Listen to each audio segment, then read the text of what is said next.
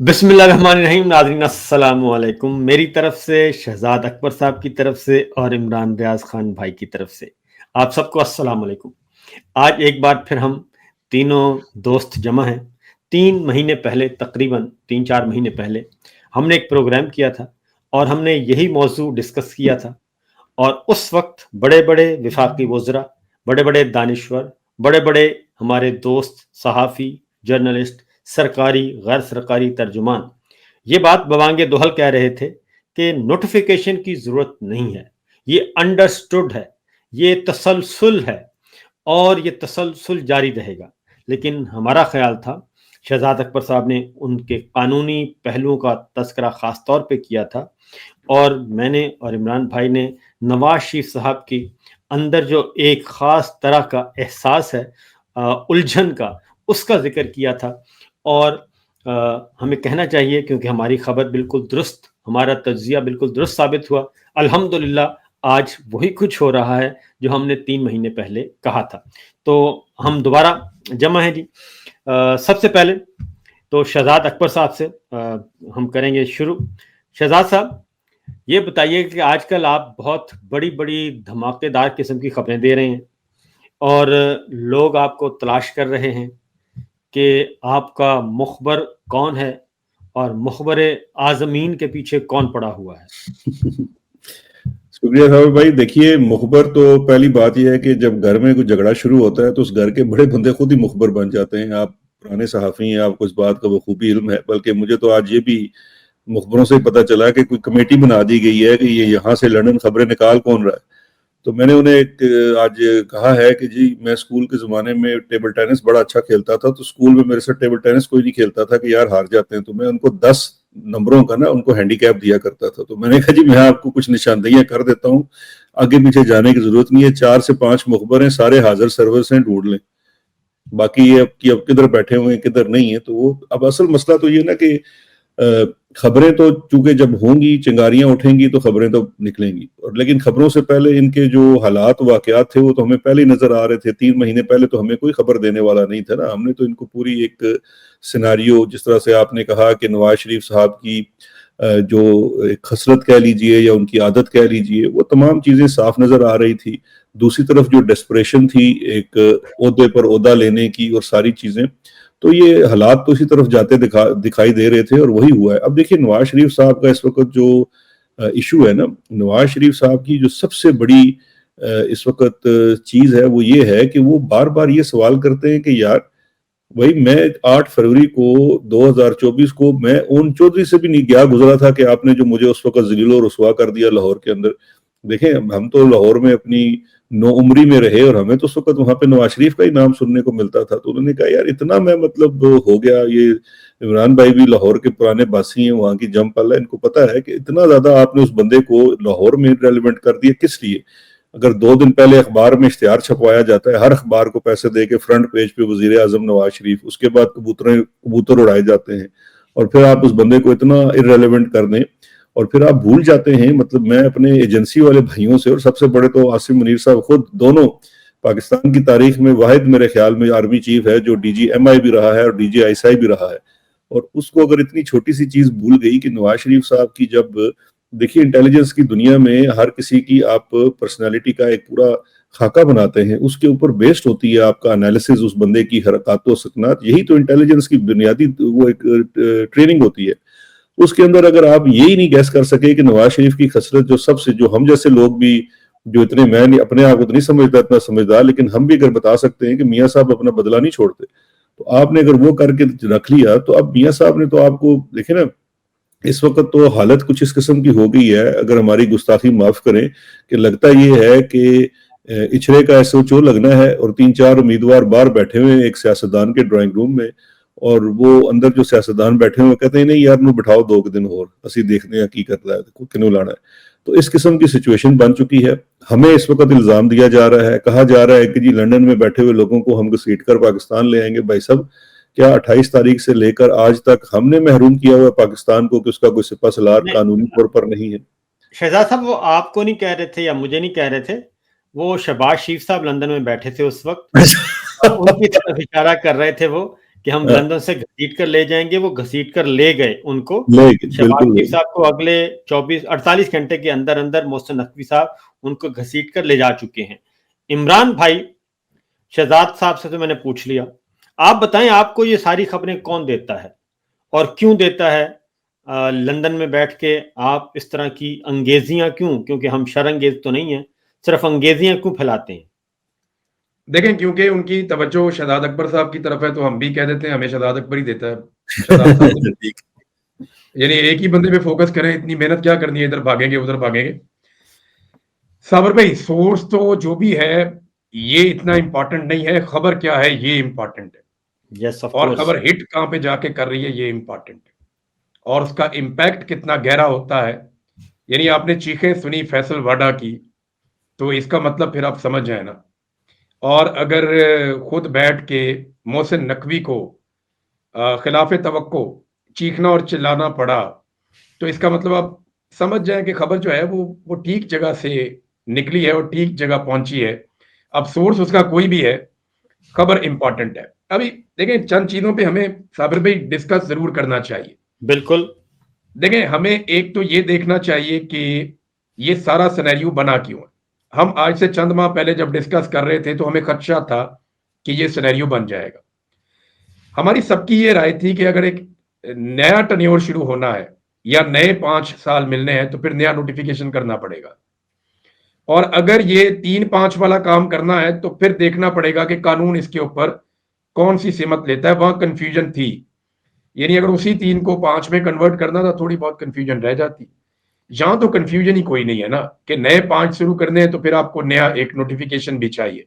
کچھ لوگوں نے کہانیاں سنائی لیکن وہ ساری کہانیاں فارغ ہو گئی جب رانا ثناء اللہ کا سٹیٹمنٹ بھی آ گیا اور خواجہ آصف کا سٹیٹمنٹ بھی آ گیا اور محسن نقوی کا بھی آ گیا اور فیصل واڈا کا بھی آ گیا اور ساروں کا آ گیا. اب ہمیں نا اب اس کا بھی انالیسس کرنا چاہیے کہ آرمی چیف نے پاکستان کے ساتھ کیا کیا. ہم کرتے پتہ کیا ہے, ہم کرتے یہ ہیں کہ کوئی حکومت ختم ہوتی ہے تو اس کا ہم انالیسس نکالتے ہیں حکومت اچھی تھی یا بری تھی, حالانکہ حکومت کے پلے ہی کچھ نہیں ہوتا. اصولاً یہ ہونا چاہیے کہ جب کسی آرمی چیف کی مدت ختم ہو رہی ہو تو ہمیں فیصلہ کرنا چاہیے کہ اس کی مدت میں پاکستان آگے گیا یا پیچھے گیا, کیونکہ پاکستان کے سیاہ اور سفید کا مالک تو آرمی چیف ہوتا ہے. پاکستان کی جو سب سے امپورٹنٹ تعیناتی ہے وہ آرمی چیف کی ہے. الیکشن تو بہت دور کی بات ہے.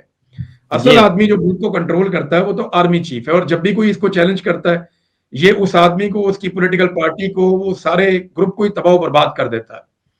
اس بربادی کی مثال اب ہمارے سامنے جو عمران خان اور اس کی فیملی کے ساتھ اور اس کی پوری پولیٹیکل پارٹی کے ساتھ ہوا. تو عاصم منیر کے 3 سال پاکستان کو کیسے پڑے, یہ ہے امپورٹنٹ. دیکھیں معیشت تباہ ہو گئی, سرمایہ کاری پاکستان میں 50 سال کی برباد ترین ہو گئی, انسانی حقوق کی پامالیاں اپنے عروج پہ پہنچ گئیں, بدترین سیاسی عدم استحکام عاصم منیر کے دور میں آیا, پورا کا پورا جنرل الیکشن چوری ہوا, ریکارڈ عاصم منیر کے دور میں ہوا, دہشت گردی میں کئی گنا اضافہ ہوا, بے روزگاری میں نیا ریکارڈ ٹوٹ گیا, ملٹی نیشنل کمپنیاں پاکستان سے بھاگ گئیں, پارلیمنٹ اور عدلیہ کو مکمل طور پہ سرنگوں کر دیا گیا, آزاد عدلیہ نام کی کوئی شے پاکستان میں بچی نہیں ہے, میڈیا پر خوفناک پابندیاں لگ گئی ہیں, درجنوں صحافیوں کی جو ان کے پروگرام بند کر دیے گئے, ان کی صحافت ختم کر دی گئی, کرپشن میں پاکستان میں بے پناہ اضافہ ہوا, IMF نے آپ کو بتایا, قرضوں کی بھرمار ہو گئی پاکستان میں. 9 مئی کا سانحہ عاصم منیر کے دور میں ہوا, 4 مرتبہ ریاستی اداروں نے قتل عام کیا پاکستانیوں کا, یہ ہمارے سامنے ہوا. بیڈ گورننس جو ہے اس کے اوپر بھی ایک رپورٹ آ چکی ہے, پاکستان 120 میں سے 109 پوائنٹ لے کر دنیا میں سب سے بدترین کارکردگی دکھانے والے ممالک میں شامل ہو گیا. اسرائیل پہ پاکستان نے اپنی پالیسی بالکل بدل دی, فلسطین کا نام لینا گناہ بن گیا, افغانستان سے تعلقات ہم نے بگاڑ دیے, سندھ طاس معاہدہ انڈیا نے ختم کر لیا, SIFC کی مکمل ناکامی ہو گئی, فوجی قیادت جو ہے وہ سیاست میں اتنی بدترین کبھی جو ہے وہ انوالو نہیں تھی, ایجنسیاں جتنا انہوں نے انوالو کر دیا آنے کے بعد, آئین کا پورا حلیہ انہوں نے بگاڑ دیا, جبری گمشدگیاں اپنے عروج پہ چلی گئیں. پہلی مرتبہ پاکستان میں اداروں نے خواتین اور بچوں کو براہ راست نشانے پہ لیا, مہنگائی آپ کے سامنے ہے, فوج اور عوام میں فاصلے بڑھ گئے. عاصم منیر صاحب کے دور میں اتنا پہلے کبھی برا نہیں ہوا. یہ ہے جی ان کی کارکردگی 3 سال کی, جتنی میں نے بتائی ہے اتنی اور آپ دونوں بھی بتا سکتے ہیں یا اس سے زیادہ بتا سکتے ہیں. بالکل ایسا ہی ہے. کارنامہ صرف ایک, وہ کیا ہے کہ اسی سال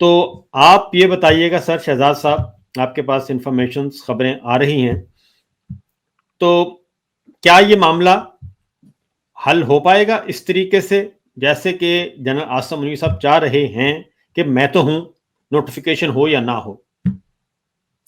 دیکھیں، جو اس کا ایک فوری طور پہ اس وقت جو کرائسس ہے اس کا فوری سولوشن تو غالباً یہی ہوگا کہ عاصم منیر ہی کنٹینیو کریں گے اور ان کو ہی جن شرائط پہ بھی جو باتیں ہوں گی طے ہو جائے گا.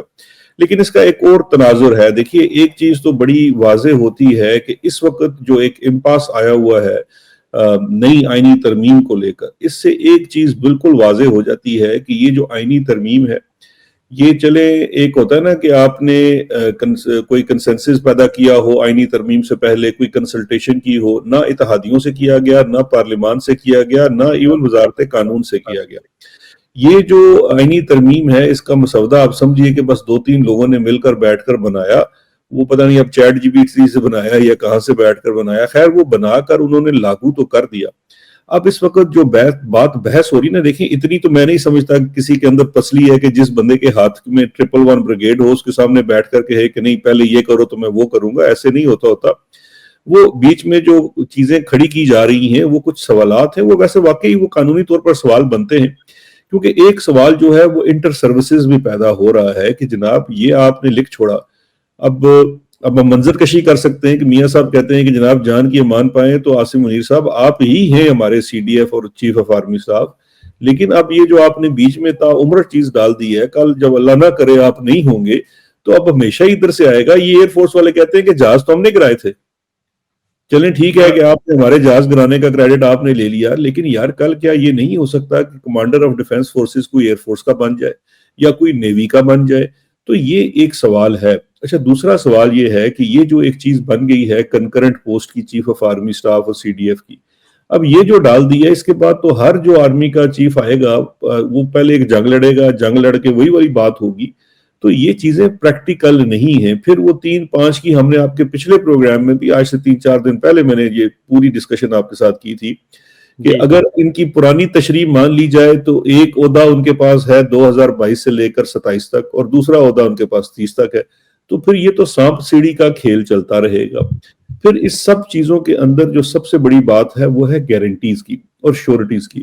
جو نواز شریف نے شہباز شریف کو لندن بھجوایا تھا نا، اس کے پیچھے 2 پرپزز تھے.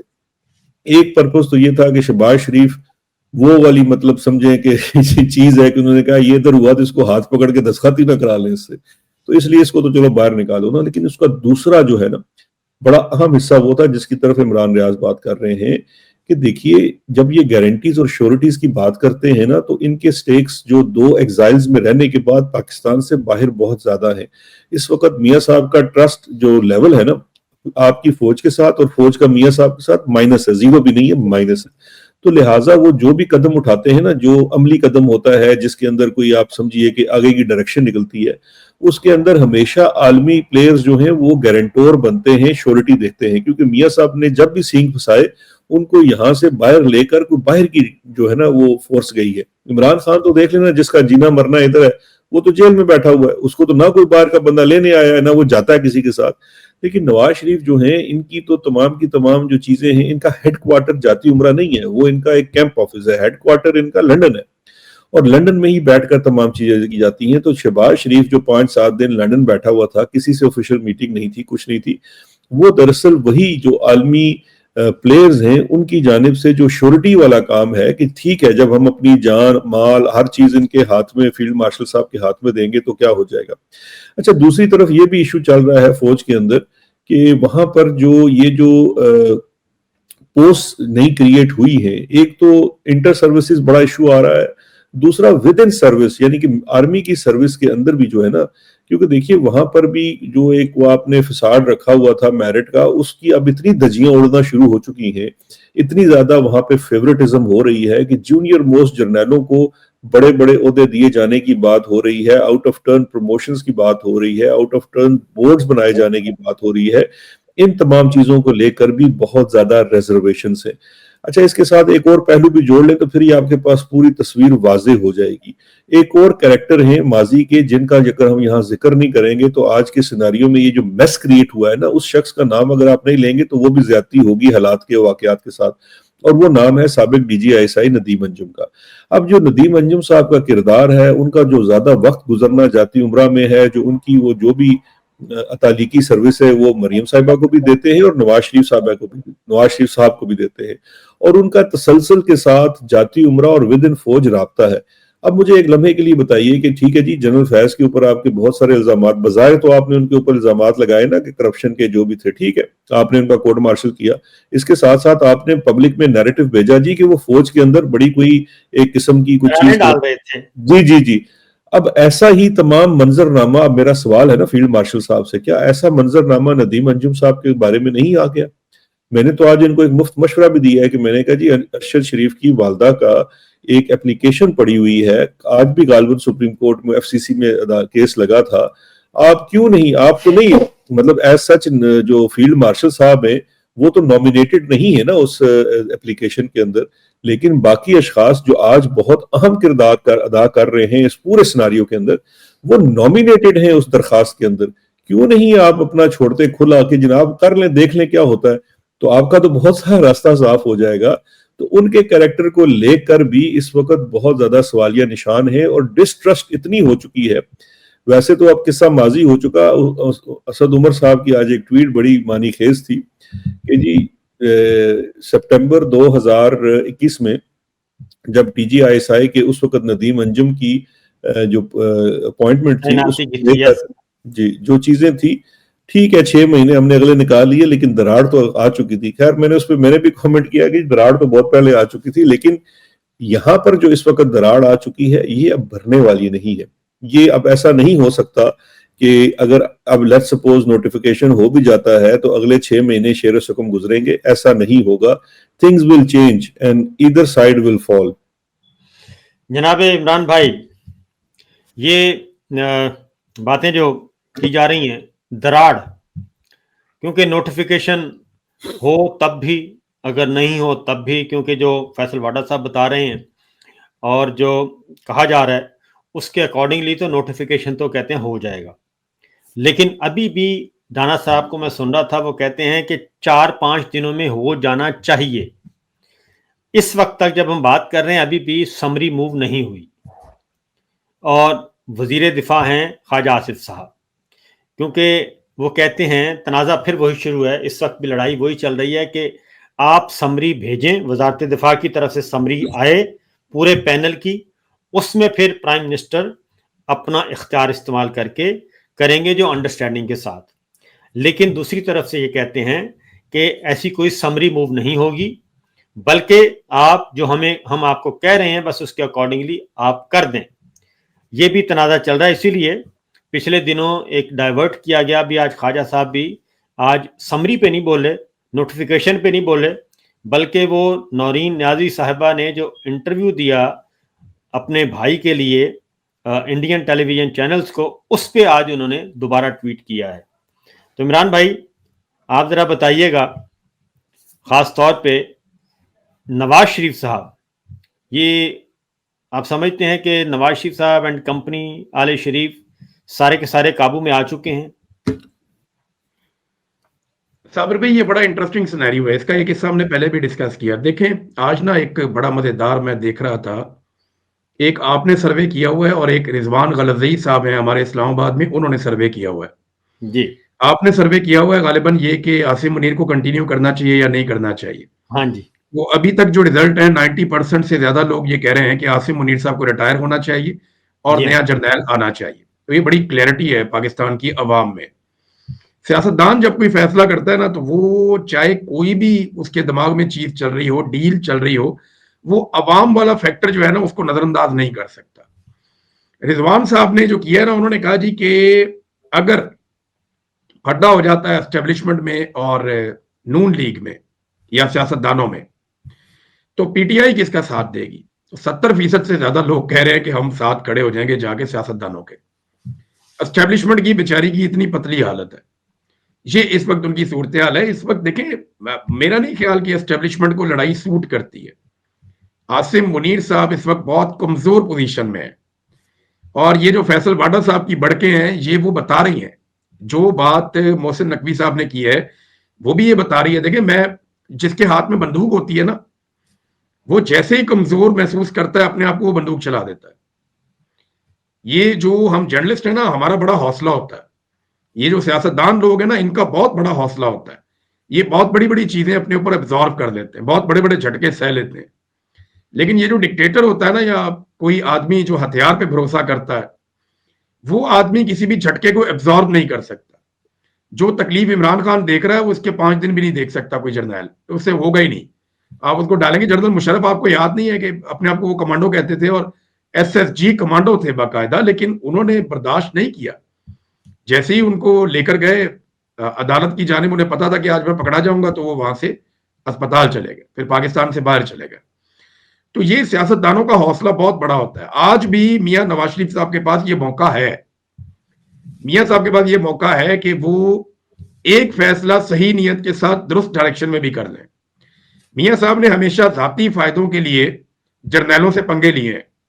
اپنے جرنیل لانے کے لیے, ادارے کو قبضہ کرنے کے لیے, کنٹرول کرنے کے لیے, فوج کو پولیس بنانے کے لیے میاں صاحب نے ہمیشہ فیصلے لیے ہیں. لیکن آج میاں صاحب کے پاس موقع ہے کہ میاں صاحب ایک فیصلہ قوم کے لیے لے لیں, اور یہ سوچ کے لے لیں کہ اس سے اچھا موقع نہیں ملے گا. یہ عمران خان نے سنہری موقع دے دیا ہے نواز شریف کو اور زرداری کو. انہیں نیا آرمی چیف لا کے عمران خان کے ساتھ فوری طور پہ بیٹھ کے بات چیت کرنی چاہیے. یار یہ جو کچھ بھی ہو گیا, پاکستان نہیں چل سکتا ایسے.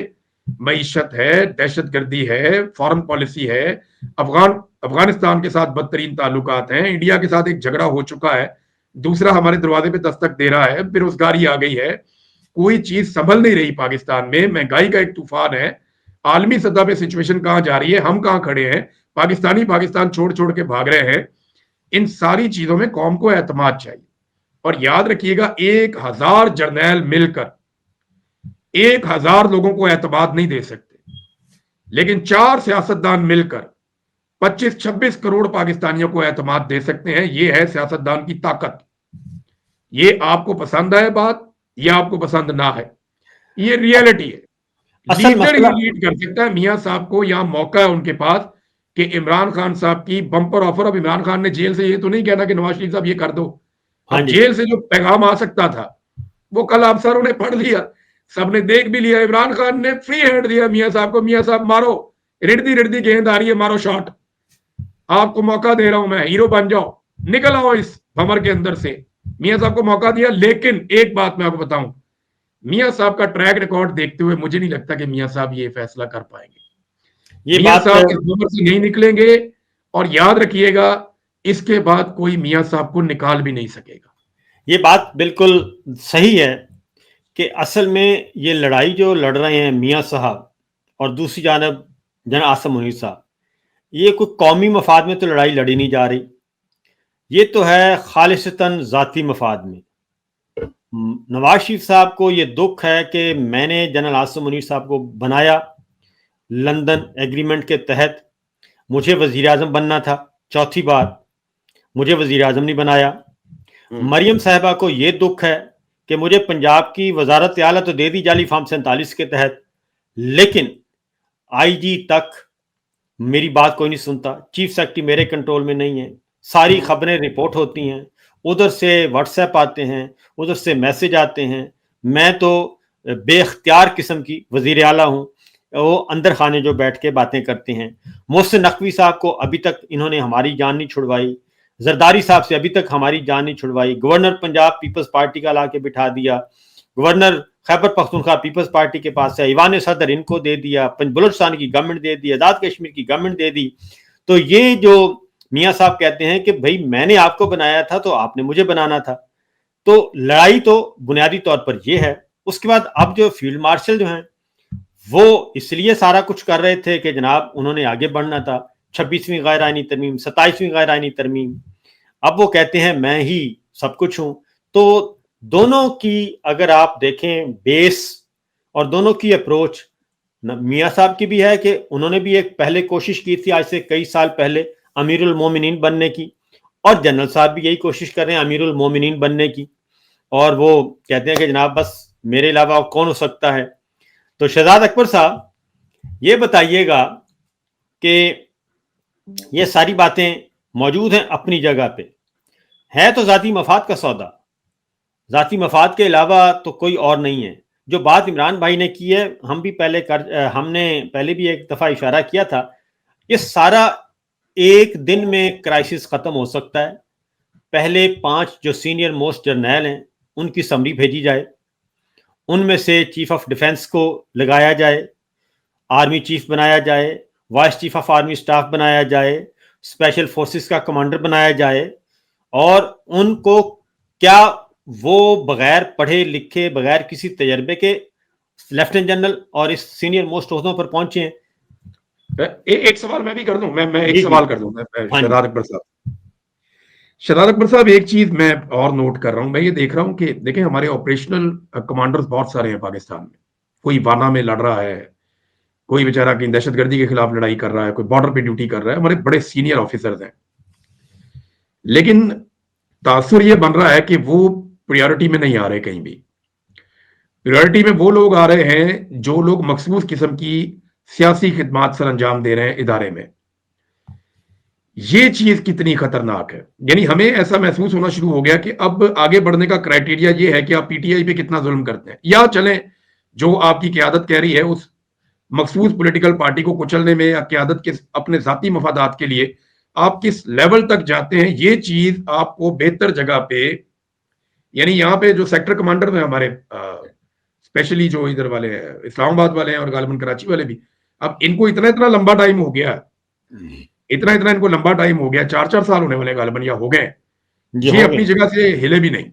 یہ چیزیں کچھ اشارہ دے رہی ہیں کہ آپ آپریشنز میں جتنا مرضی زور لگا لیں, جو مرضی کر دیں, آپ مخصوص سیاسی خدمات سر انجام دیں گے تو آپ کے اوپر عنایتیں اور نوازشیں رہیں گی.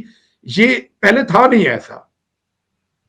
نہیں, پہلے بھی اتنا میرٹ نہیں رہا فوج کے اندر, لیکن اب جتنا کھل کھلا کر اور جتنا آپ کہیے کہ بڑے تعداد میں اور یہ بڑے اسپیکٹرم پہ ہونا شروع ہو گیا نا, اس کی مثال شاید نہیں ملتی. جن سیکٹر کمانڈروں کی آپ نے بات کی, اب تو ان کے بینکوں میں بھی جگہ نہیں رہی نا پیسہ رکھنے کی, اتنا زیادہ معاملہ کھل چکا ہے.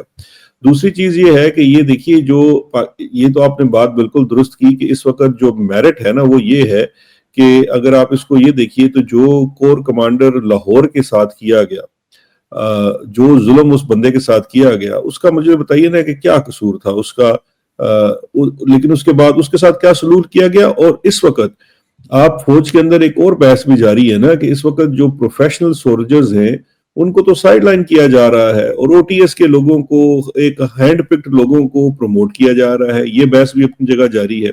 لیکن جو بات صابر صاحب نے کی وہ بڑی اہم بات ہے. دیکھیے بات یہ ہے کہ جو ابھی ہم ان کی یہ بات کر رہے ہیں فیلڈ مارشل صاحب کی, کہ جی آپ کہہ رہے ہیں کہ 5 بندوں میں سے آپ کہتے ہیں جی کوئی سینئر کا پینل آ جائے.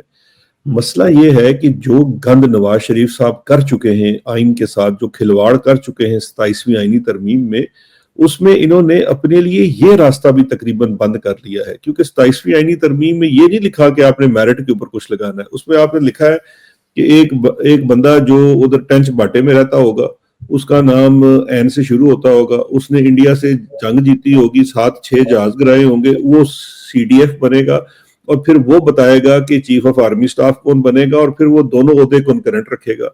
اب جب آپ نے اس قسم کی بھی اپنے ساتھ زیادتی کر لی, بلا وہاں پہ اٹھک بیٹھک کی ہے میاں صاحب نے 56 دفعہ, اس وقت تو انہوں نے یہی نہیں سوچا.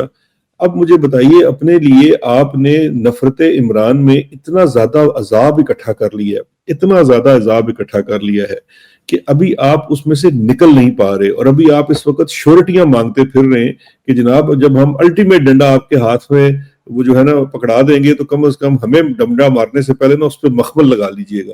اس طرح کی آپ کی فرمائشیں چل رہی ہیں. تو اب حضور والا مسئلہ یہ ہے کہ اس وقت آپ وہ جو ایک خان صاحب کی بات ہے میں دہرا رہا ہوں, عمران خان بڑے عرصے سے بات کرتے تھے کہ یہ شخص جو ہے نا یہ پنجاب پولیس بنانا چاہتا ہے فوج کو. تو اب آپ نے بنا نہیں دی اس کو پنجاب پولیس, آپ نے اس میں سے میرٹ بھی ختم کر دیا, اس میں سے آپ نے پروفیشنلزم بھی ختم کر دی. ابھی تو یہ پوزیشن کھڑی ہو گئی ہے. مجھے ایک آپ بات بتائیے کہ آپ جب آپ لا بناتے ہیں, پالیسی بناتے ہیں نا, تو وہ جسٹ ہونی چاہیے. ٹھیک ہے چلے کربا پروری تو بعد میں آتی ہے نا پریکٹس میں, یہ تو قانون ہی اس طرح کا بن گیا ہے کہ جس طرح سے کہ ایئر فورس اور navy children of lesser God ہے, کہ وہ کبھی سی ڈی ایف بن ہی نہیں سکتے, وہ کبھی سی این ایس بن ہی نہیں سکتے, وہ اس قابل ہی نہیں ہے. اور ہم دنیا کے جس جدید دور میں داخل ہو رہے ہیں, جو جس ٹیکنالوجی کی ایج میں داخل ہو رہے ہیں, مجھے پوری دنیا کی طرف اٹھا کر دیکھ دیجیے آرمی کا وجود کہاں پہ ہے. اب تو لڑائی ساری ہوا میں ہے. سب لڑائی تو ہوا میں ہے, ٹیکنالوجی کی لڑائی ہے. ادھر ہم نے جناب اب توپ خانوں والے لے کے آنے ہیں یا پتہ نہیں وہ انفینٹری والوں کو لے کے آنا ہے, مطلب ہم کس دنیا میں بیٹھے ہوئے ہیں. تو یہ چیزیں بڑی میٹر کرتی ہیں. اور اب اس چیز کو لے کر چونکہ اینڈ تھینکس ٹو میاں محمد نواز شریف, بائی دا وے میں اس کو یہاں کریڈٹ بھی دوں گا کہ اس نے 6-7 دنوں میں ہماری تو چلو آنکھیں کھولی ہیں, ہمارے منہ بھی کھولے ہیں, لیکن اس نے ود ان فورسز نا ایک ڈیبیٹ شروع کروا دی ہے. اور وہاں پہ اس وقت بڑی شدید, آپ کے بھی ذرائع آپ کو بتا رہے ہیں کہ جی وہاں پہ شدید اس وقت یہ سوال, آپ کو پتا ہے ڈر اور خوف اتنا تھا, لوگ جو تھے نا اپنے بچوں کو بھی کہتے تھے کہ بھائی تم نے اس وقت فیلڈ مارشل کے خلاف, فوجی کہتے تھے, جرنیل کہتے تھے کہ تم نے کوئی بات نہیں کرنی, فلانے کو انہوں نے یہ کر دیا. پچھلے 6 دنوں میں سر اس وقت پنڈی اور اس کی جو ہے نا کوریڈورز میں جو باتیں ہو رہی ہیں, وہاں پہ جو ڈسکشنز ہو رہی ہیں, اور تمام وہ کیا کہتے ہیں نا جو وہ کیا چکلالہ ہے وہاں پہ. میری سر آپ دونوں سے ایک مختصر سا سوال ہے. جنرل عاصم منیر صاحب کس اتھارٹی کے تحت, کس آئینی, قانونی, اخلاقی, کس اتھارٹی کے تحت وہ 28 نومبر رات 12 بجے کے بعد جی ایچ کیو میں بیٹھے ہیں اور آرمی ہاؤس میں قیام پذیر ہیں, کس اتھارٹی کے تحت؟ سر کوئی ہے نہیں لیگلی, تو میں بڑا مختصر آپ کو بتا دیتا ہوں. لیگلی سپیکنگ میں روز اپنے ویلاگ میں یہ بات کر رہا ہوں کہ آج پاکستان کو سی او ایس کے بغیر 4تھا دن ہے, 5واں دن ہے, 6ٹھا دن ہے, بیکاز لیگلی سپیکنگ ان کا عہدہ, دیکھیے یہ بات عابد زبیری کا بھی کل اس نے بیان دے دیا ہے, وہ پی ٹی آئی کا حصہ نہیں ہے یا ہماری طرح کہہ لینا مفرور نہیں ہے, اس نے کہہ دیا ہے کہ 27ویں آئینی ترمیم کے بعد تو یہ کوئی شک ہی نہیں رہتا کہ نوٹیفیکیشن ضروری ہے. تو 27ویں آئینی ترمیم کے بعد تو حضور والا 28 تاریخ کے بعد سے لے کر ابھی تک there is no legal command. سر آپ نے وہ کہاوت سنی ہے جس کی لاٹھی اس کی بھینس, یہ والی اتھارٹی ہے جس کے تحت عاصم منیر صاحب اس وقت براجمان ہے. اور اگر کوئی ان سے بہتر لاٹھی ہینڈل کر سکتا ہے تو وہ پھر انہیں بھی ہینڈل کر سکتا ہے, ادروائز تو کوئی چکر نہیں ہے, وہ اور کچھ نظر نہیں آ رہا. لیکن صابر بھائی ہم ایک نقطہ چھوٹا سا مس کر گئے جی, وہ یہ ہے کہ ابھی تھوڑی دیر پہلے شہزاد اکبر صاحب نے کہا کہ اسد عمر صاحب کا ٹویٹ تھا, دراڑ تو پڑ گئی اسد میاں, تو شاہ محمود قریشی صاحب نے کہا تھا. میں نا ایک بات تو آپ کو یہاں گارنٹی کے ساتھ کہہ سکتا ہوں, میاں صاحب اگر عاصم منیر صاحب کو اگلے 5 سال دے بھی دیں گے نا, تو گارنٹی میں اس بات کی دیتا ہوں کہ عاصم منیر صاحب کے ساتھ جو ہو گیا پچھلے 1 ہفتے میں, وہ اب کبھی بھی نواز شریف کو کمفرٹیبل پوزیشن میں نہیں آنے دیں گے. جب تک عاصم منیر صاحب اس عہدے پہ رہیں گے تب تک, چاہے وہ مرتے دم تک رہیں, جب تک عاصم منیر صاحب کے پاس طاقت رہے گی, انہیں ایک بات سمجھ آ گئی ہے. پہلے انہیں یہ سمجھ آ گیا تھا کہ عمران خان کو چھڑیا تو میری خیر نہیں. پہلی بات جو انہیں سمجھ آئی تھی وہ یہ آئی تھی کہ عمران خان کو چھوڑا تو میری خیر نہیں, وہ باہر آتے ہی ملک پہ قبضہ کر لے گا, سارے لوگ اس کے ساتھ مل جائیں گے, میرے پلے ککھ نہیں رہنا. ایک تو انہیں یہ بات سمجھ آ گئی تھی.